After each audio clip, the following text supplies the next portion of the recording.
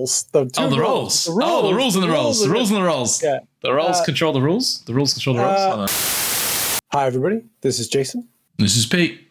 And this is the Lost Legions podcast. And today we're here to talk to you about Recon Squads. Yeah, Recon Squads. Completely forgot. And maybe Scout Squads. Yeah. Yes. So we're here to talk to you about Recon Squads. And we're going to attack Scout Squads on the end because they're very, very similar.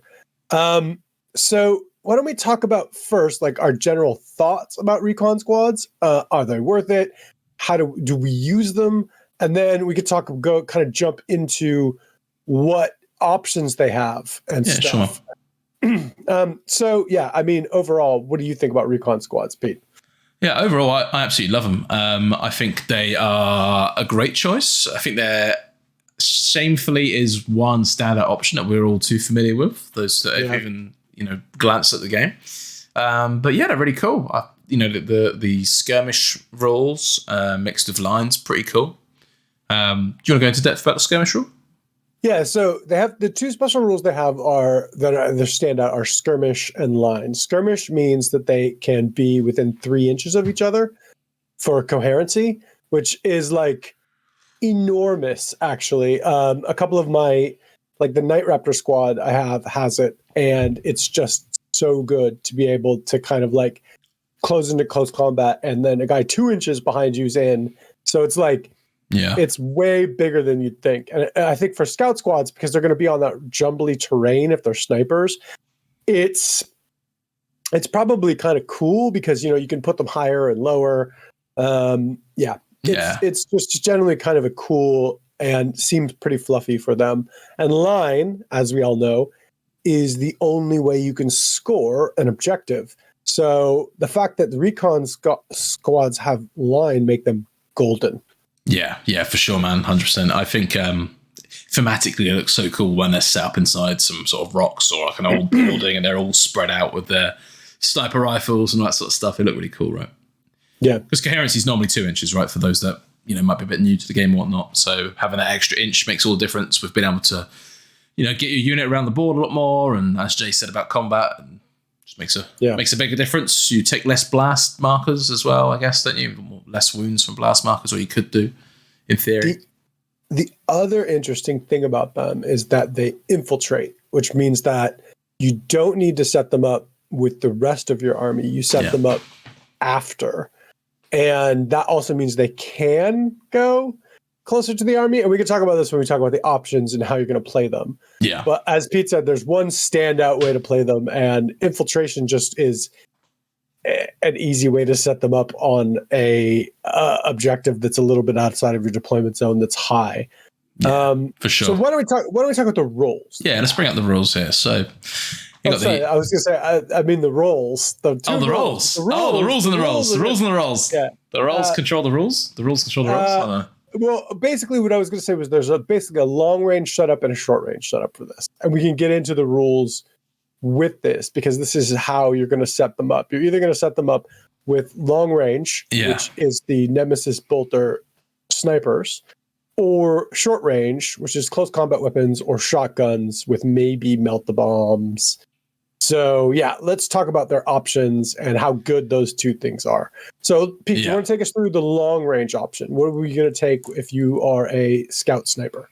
Yeah, I mean, you're going to take the Nemesis bolters, right? They have they're ultimately the sniper rifles of first edition. They had a huge overhaul entirely from first edition. They got double the range, I think. They're always precision shots, so you're hitting on freeze, being best for those shots are always going to be tagging whoever you want. Firstly, and with the removal of the lookout sir rule for those that remember it from first, you can no longer chuck a guy in the way of your sergeant being sniped at or your apothecary or whatever.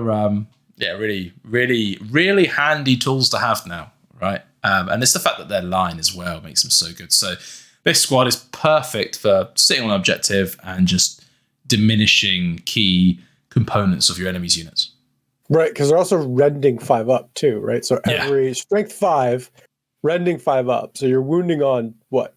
3s normally. Yeah, give or take, right? And 5s and 6s are rending, and you could put the wounds wherever you want. So, I mean, they're brutal. But you want to talk a little bit about the controversy around sniper rifles? Like, they're kind of seen as a little too good, I would say, in general. Yeah, they are. I think the range is obscene, but it does kind of make... Does it make sense? I don't think it does. Does it really? I mean, I think reality-wise, I think that the guns are very short range just to begin with. Yeah. Like a Vindicator being 24 inches is ridiculous. Yeah. But the thing is it's a board game with a finite amount of space on the board. Sniper rifles used to be 36 inches, which was stupid. I think it should be 48. 48 would be fine. 72 and I know is crazy. 72 is almost the whole board, right? Even if it was 56 or something, like randomly non-standard, over 48 would be kind of cool. 72 does seem a bit insane because you can sit on one side of the board, like the far edge of the board, and shoot to the other side of the board. I think you were telling me the only way you can't shoot is like diagonal corner to corner. Yeah, exactly. The only place that's out of range. Do you know what would be? Here's something that I can suggest, and I think you'll think would be cool, but will never happen. Why doesn't it have 2 weapon profiles? Why doesn't it have precision shot, range 36, rending 5+, fine, and then after range 36, it's like precision shot 4+ or 5+. Yeah. And rending 6+, right? Because you're struggling to make your shot more. Something like that. Be great. I think the general consensus, and I think Pete just kind of hit it, was that the biggest problem is, I mean, the range seems a little crazy. The biggest problem, and everyone seems to really like the rending and the strength, because they're not poison anymore. But it's the every shot is precision shot just seems crazy. Like if they were, like you said, on a 4+ or something, I think they would be more in a sweet spot. Maybe reduce the range a little 4 up, but I mean, they are what they are, and in the game, they're very highly useful, and they're really good for baiting out your opponent's shot. Yeah. And what I use these guys for, the long range guys, is I'll use a unit of 5 of them to shoot at like a heavy weapons team. And they have to shoot back at me or they might be pinned. Oh, the pinning as well. Christ, yeah. We're not even touching that. So I get all the rules. The chance that they're going to pin them makes them fire back at you, which means that like I can then fire my heavy weapon squad at them and wipe them off the board. My heavy weapon squad's safe. I've took damage, I lost a few snipers, whatever. Maybe they got wiped out, but I've baited out their reaction. I've, wiped out their heavy weapon squad, and I feel like I'm one up on them, right? Like I've traded my pawn for their queen.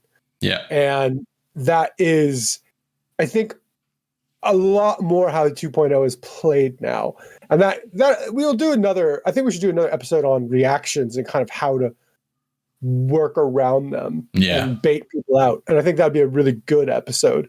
But this is kind of touching on it because I think especially snipers are good for that. Yeah, and just touching on the shroud bombs as well, that really plays into it, doesn't it? Especially if you're lining up Dawn of War deployments, so long table edges against each other, you might be shooting a Volkite Culver and heavy support squad, and you count as being 6 inches further away with your shroud bombs. So you can set up, within 42 or within 39, 40 effectively, and still not be shot at because you count as being further away. So that's quite a cool. It just lends even more into them for bullying heavy weapons teams, right? Oh, and as I said, you can also set up outside their range and pin them. Is the other thing you can do. And you can counter deploy with the infiltrate. They are, and their line. That's the thing. It's the line bit. I think if they weren't line, I think they'd be absolutely fine. Well, it's funny you say that, but wait till we get to scouts. My personal recommendation with snipers is to use them in teams of 5. I had to use them for your event because the way your event was set up for teams. I had to use them in a team of 10. Just the way my list worked out. So I have used them in team of 10, but I do think they're better in teams of 5, in my opinion, for kind of what I want to use them for: pinning people, stopping reactions, baiting people's reactions, and I think that that's where they're good. Is there anything else that you want to say about snipers? Because I do think that they're a very interesting tactical. No, I mean, just flicking through the Wargear selection here, I can't see anything else in particular that goes well with that. Does that make sense? Yeah. So maybe, I mean, an augury scanner, but then an augury scanner goes well with anything that shoots bullets. Yeah. And arguably a Nuncio Vox, because you're probably going to have this unit up high somewhere where it can see most of the battlefield. So why not use it? Let's just talk about those 3 upgrades right now, actually, and what they bring to the unit. And then we'll talk about the short range options. I mean, and now I'm reading through them. Even the Vexilla makes perfect sense, right? Because this unit is going to probably be sat on your table edge objective. There is no better unit in the game. You could do a 20-man blob squad with Feel No Pain to sit on the objective, but not doing anything. This 10-man, 5 to 10-man squad can sit on your objective and, annoy any other unit across the whole table effectively. And you want them to stay there. And the problem is, if they're going to stay near your table edge objective, there's a chance they're going to run, and the Vexilla gets around that all in all. So you run at the table edge, right? So it's great.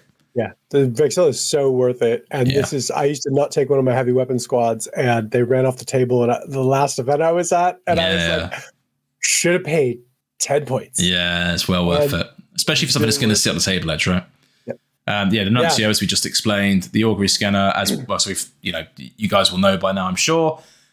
If you've watched any of our previous episodes, I'm sure we've mentioned it on at least a handful of them. But yeah, the augury scanner is a no-brainer for this squad. Gaining interceptor precision fire is insane with pinning. Especially if you. So the other thing about the augury scanner, I think we should mention, is that because of night fight, they'll be able to shoot more than 24 inches. Yeah, and they can do that kind of effectively with their guns. The augury scanner is, I think, one of the definite buys for them. The Nuncio Vox, depending on what's in your army, right? If you have deep strikers or lots of templates, you might want to get that Nuncio Vox. For the -1 to leadership for night fight, whatever. Fine. Don't worry about that. I think, right? I'll risk it. Yeah. But yeah, depending on but the Vexilla and the scanner, for 10-man squad, and the scanner for all of them, I think is as a must buy for the snipers. Yeah. Let's talk about short range, actually. So let's talk about the short range load up. And so what do you think? Then we can talk about what options you'd like to take with them. Yeah, okay. Hit it then, Jay. What do you think is going to be your go-to? So there's 2 options, I would say. I mean, you can either kit them out with bolt pistols and chainswords, or you can put them with shotguns. I'm not super keen on either, to be honest with you. But you could take melt bombs. I mean, I feel like if you take shotguns and melt bombs, you can just kind of annoy people. 5-man squads, you can either run in, blow up a tank, or you can do some close range fire on somebody. I feel like it's a lot of points it's not a ton of points, but for what you get, sell me on. I mean, you used to play Ravengard with more infiltrators. How do you feel about this? I mean, they have the shroud bombs, like you said. I just don't feel like they're all. I don't think metal bombs are as good as they used to be. So I no longer think they're worth considering in a lot of cases, mainly because you should have other methods for dealing with tanks. And I don't think necessarily dealing with tanks is that problematic at the moment. Would you agree? Could change. I mean, we did see at the last event we were at like 3 all tank lists, but like but I mean, it's going to be 5 or 10 dudes that are on foot, infiltrated up, can't assault turn 1, and then have to weather firepower and then get their charge off to movement reactions and all the rest of it. But the reason why I mentioned about the metal bombs not being worth anymore is because you want to throw them into dreadnoughts and they're weapon skill 4, so they're going to be hitting on 5s, so it's a bit like, whereas it used to, not be like that with the weapon skill table. So I don't necessarily think they're good, but the close range support option, arguably a unit of 5, just to pump some shotgun rounds into something before another unit charges in, could be pretty cool. use it as like a little butler unit, because the shotguns, even if you just score a hit, is it a hit or a wound? I think it's if you hit a wound, it's a concussive test at 1. Right? It doesn't have to be an unsaved wound; it just has to be a wound. Which if they fail that concussive test, then the opponent's at -1 weapon skill, which is pretty cool. So there's that, but they're not killing enough. What are you going to charge them? You're not going to charge them into anything, are you? Realistically, and hope to win. I mean, maybe you could flank them in with like some rapier batteries. Like, I just kind of feel like your points are going to be better well spent on a different close combat unit, or making these guys snipers. There's just so much better. You barely see it. The shotguns are cool as hell, right? I mean, I could see if you geared your entire list, like let's say you're Raven Guard or something, right? And you infiltrate, all your dudes are infiltrating, or you're playing Recon Company, and you have a critical mass of dudes. Yeah. Then I could see, taking 10 guys with shotguns and melta bombs and throwing them in people's faces, because you got a whole bunch of other stuff behind. Yeah. But just 10 guys with the shotguns and melta bombs, or even just chain swords and pistols, it's just not going to do much. They're just better units for it. I think that's the thing. Yes. Yeah. Yeah. I think the fact that you can take a Storm Eagle gunship is pretty cool. As a dedicated transport. I didn't realize that. That's pretty cool. And I guess that though, like melta bombs coming out of that is a bit more attractive, I guess. Yeah. It's a cool way to get a Storm Eagle in your force, actually. Does the scout, and does it confer to the Storm Eagle, or does the Storm Eagle have to start in reserve? Still has to start in reserve. So you're always starting in reserve. So this is going to be like a turn. What if you have the this is going off topic, but not really. But what if you have the Storm Eagle Rite of War? What's it called? Angel's Wrath, where half start on the board. Could you then scout? You're still starting off the board. You just fly on turn 1. You always are starting off the board. Yawn. So. Yeah. Okay. Cool. Yeah. I mean, the fact they can take them is, man, it's just kind of cool. The idea of these guys with shotguns going in behind enemy lines, coming out Storm Eagles, this is execute crap. the mandate. This is crap, but it's really cool. It looks cool as hell. Yeah. But I mean, this is the thing about Heresy, guys. Like, anything can be made pretty viable, which is Pete's favorite thing to do, is take something that's not viable, make it viable, and semi-viable. Semi-viable, and anything could be really cool. Like, so you could do a very themed force and make it very cool, and people will be very happy about it. So, like, don't feel like if you want to use these scouts, if that's your thing, then do it, right? Like, it's cool. Is it the most effective? Probably not. Could it be cool as hell? Yes. Yeah. Let's talk about the sergeant options really quick, and then we'll do a quick word on scout squads. These are recon squads. I keep calling them scouts, but these are recon marines. Yeah, recon squads. So your sergeant can obviously take all of the normal stuff. I believe he can have artificer armor. Am I missing this? No, he can't. And that is the big thing about this. They cannot have artificer armor. Okay, so okay, so that's quite interesting. So what are you going to want to arm him with? You're probably going to want to arm him with an initiative step weapon if you're going to. And this is my conundrum. With me, I just arm him with a sniper rifle. He just looks like the rest of the guys. Yeah.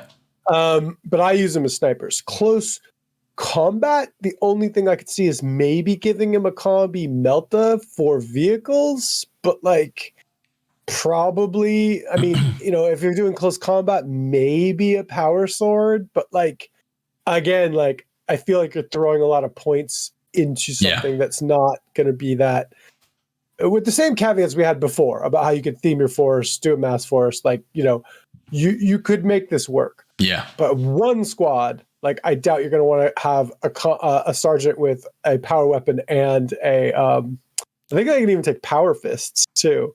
And they can take plasma pistols and stuff. I mean, it's just copy paste in it from when it was created. So yeah. I don't know. They did remove the artificer armor, which is, I think, actually good. Yeah. Sorry, guys. Okay. All right. So I think the close combat or the close quarters orientated version is better with the scouts, personally. Let's bring them up. So scouts are very much the same. They have a few less options, but the major overviews of them are they have 4+ armor. They're not line, and they gain light. Yes, they gain move through cover as well. Oh, there you go. They gain movement 8 rather than movement 7. I think in a way you're right. These guys are probably better. And are 20 points cheaper, right? Yeah. So the things you're going to be throwing them at, it doesn't matter if you've got a 3+ save or a 4+ save, arguably, I guess. I would say these are better. Yeah. Yeah, I'm almost with you with these guys. Okay, so first off, you can arm them with sniper rifles, and you can do the exact same things we talked about with the Recon Marines with these guys. They can form the exact same role. You can play them the exact same way, but they're like 20 points cheaper, and they're 4 points cheaper per model. But they lose line, lose a 3+ save. So you'd be nuts to do it, right? But if you're going to do a throwaway unit with chainswords that's going to run forward and just hack at people, I think these guys are much better because they're so much cheaper for. Yeah. 65 points for 5 dudes, right? So how many points? 8 points additional. So you're looking at 105 points for a squad of 10. And they can all switch out for chainswords. It's pretty cool. I'm not sure if they can all take melted bombs though. Scroll down. Yeah, the entire squad can take out melted bombs for 5 points a model. Okay, cool. So I think that this is, if you want to do close combat options, I think this is a much better thing because you're spending 20 to 40 less points to just for a throwaway unit, and I think that has moved through cover too, like Pete said, which is going to just make them so much faster. Yeah. So I think that this is your jam. A cool modeling opportunity as well, right? You don't see scout armor at all. I don't think I've seen any scouts so far in 2.0. No, I have 5 of the old metal scouts. I use for my Alpha Legion for snipers because I started them right at the start of 2.0. I switched them over and I had them from old 40K stuff. So I painted them as Alpha Legion, but that's because it was really hard to get sniper rifle bits at that point. So that's pretty much it. But overall, what do you think about, what are your thoughts of scouts and recons? I think they're cool. I think personally, if recons lose line, then both of these options are as viable as each other. You'd be using the recons to build a long-range unit, and you'd be using scouts to build probably a close-range unit. Mm-hmm. Or give the scouts scoring or something. Like, you want this unit running up like a flank and terrorizing a back line objective if they can, or punching in from outflank or something along those lines, right? Mm-hmm. But what's the point of doing that when then they can't do anything else? Because they're not going to live for long. Their best bet is to take an objective and try and hunker down and dominate it, right, and capture it. But it's a shame that they can't do it. So unfortunately, I don't think you'll ever see them, or you'll see them very rarely. But I think they would be cool. The scout armor is a cool thing. Move through cover is really good because there's a lot of dangerous and difficult terrain effects in the game now with Legion rules and stuff, right? So that's quite cool. And the movement 8 means you're more likely getting those charges off as well. Mm-hmm. So there is a few things. Maybe go movement 9 with White Scars, for example. Mm-hmm. So you could really lean heavily into some cool Legion stuff here. They also get +1 to charge because they're past that 8. Yeah, exactly, right? Threshold. Yeah. Or like what they call the Thousand Suns move +3 movement, is also like you can really make these guys fast, but you might as well just look at other units as well at the same time. So I think in a roundabout way, the recon squads with sniper rifles are clearly the best option if that's what we're looking for. If you're looking fluffy, I think, or fluffy, but looking like characterful, I would like to see shotgun guys coming out Storm Eagles because that'd be fun. I'd like to see these guys with metal bombs infiltrating and running up in scout armor because that'd be fun, and sabotaging some tanks. With chainswords and bolt pistols, but that's no different than 5 sniper rifle guys sat at the back of the board, designating targets. That's cool as well. So I think they're all cool. It's just the recons with the sniper rifles are by far the best option. Yeah, in my opinion. I have to agree with you. I mean, you pretty much summed it up exactly how we've talked about it, and we've sort of broken it down. So I don't think I have much more to add unless you do. I think we're good. Yeah, I think that's the last of the troop sections we've covered. So we've covered every option now. We'll link to the to one of the other options in the previous video, and we'll go from there. Awesome. All right. Take care, man. Thanks, Jay. Take care.